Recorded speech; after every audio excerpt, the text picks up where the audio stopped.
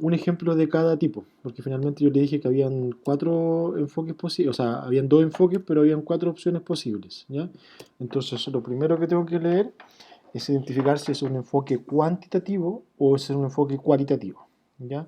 Aquí hay algunas pillerías, por ejemplo, si dentro del contexto yo le hablo de la desviación estándar, yo le hablo del promedio, yo le hablo de la varianza, ¿ya? Si le hablo de esos datos, probablemente, y lo más cierto, es que se trata de un enfoque cuantitativo, ¿ya? Ahora bien, también lo que me lo dice con certeza, eso que le dije es como una pillería, pero lo que me dice con certeza qué tipo de enfoque es la variable que yo voy a estudiar, ¿ya? Entonces, recuerden que depende de la variable, es el cálculo que voy a hacer y después si conozco o no conozco la población, ¿ya? Entonces dice, un médico quiere estimar el peso promedio de los recién nacidos en cierto hospital. Listo, eso es lo que quiere estudiar. De hecho, lo dice casi textual. Entonces, por lo tanto, la variable en estudio sería el peso promedio de los recién, recién nacidos, ¿ya? De los recién nacidos y el peso promedio, ¿en qué está? El peso promedio en este caso está en gramos, ¿ya? Entonces alguien quiere estudiar el peso promedio de los recién nacidos, el peso promedio de los recién nacidos en cierto hospital, ¿ya? Ahora aquí la variable, la gracia es que esta variable se define bien ordenadita, en un hospital, en cierto hospital, ¿ya? En cierto hospital, ¿ya? Entonces ahí tengo la variable que es peso promedio y ese enfoque correspondería a un enfoque cuantitativo. ¿Por qué es un enfoque cuantitativo? Porque es peso, la masa está en gramos y el gramo, recuerda que es una variable continua, puede tomar valores decimales. Listo. Entonces, por lo tanto, un enfoque cuantitativo. Ahora tengo que identificar si conozco la población o no la conozco, ¿ya? Veamos el problema. Dice, un estudio anterior de 10 niños mostró que la desviación estándar es de 150. Ah, me está dando la desviación estándar. Y fíjense, la desviación estándar viene en gramos, ¿ya? Entonces eso es importante, que tiene que estar en la misma unidad de medida. Por ejemplo, si yo le entregara la desviación estándar en kilos y estoy estudiando en gramos, tengo que transformar todo a kilos o todo a gramos. Aquí cuando es cuantitativo, tiene que estar en la misma unidad de medida. Si yo estoy en dólares y estoy en euros, trabajo todo en dólares o todo en euros, ¿ya?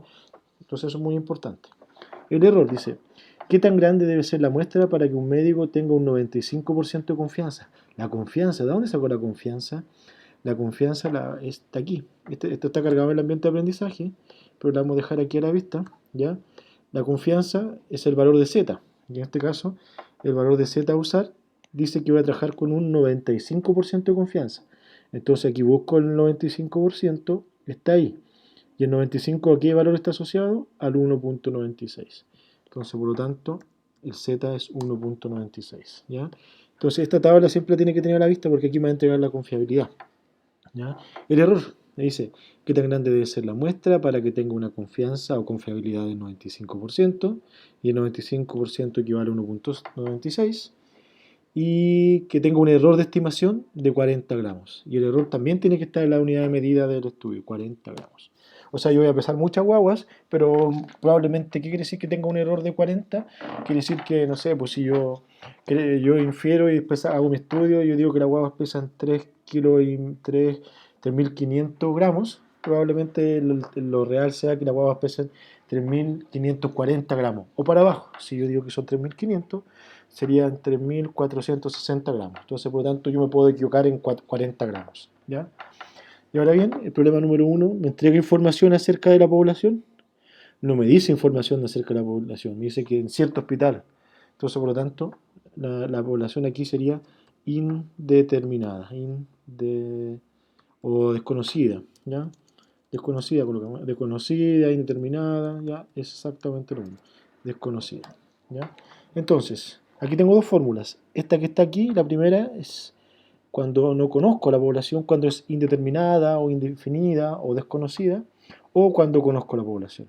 Entonces, en este caso, si usted observa, tendría que usar esta, el caso uno. Entonces, ¿cómo se hace eso? Esa fórmula me va a pedir calcular la muestra. Yo le coloco un igual, y esto es lo que decía yo, un paréntesis. El valor de z al cuadrado.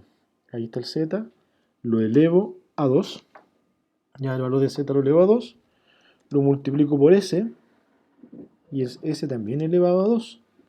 Cierre paréntesis y todo eso dividido, el dividido se hace con esa rayita, en el error al cuadrado. Pincho en el error, pero aquí tiene que estar en paréntesis también, al cuadrado.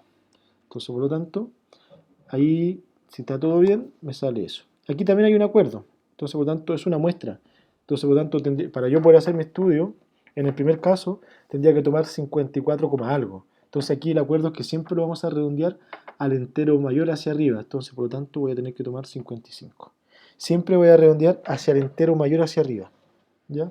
Entonces, la respuesta sería, debo considerar, o se debe considerar para este estudio, una muestra de 55 recién nacidos. ¿Ya? RN no me gustó la palabra.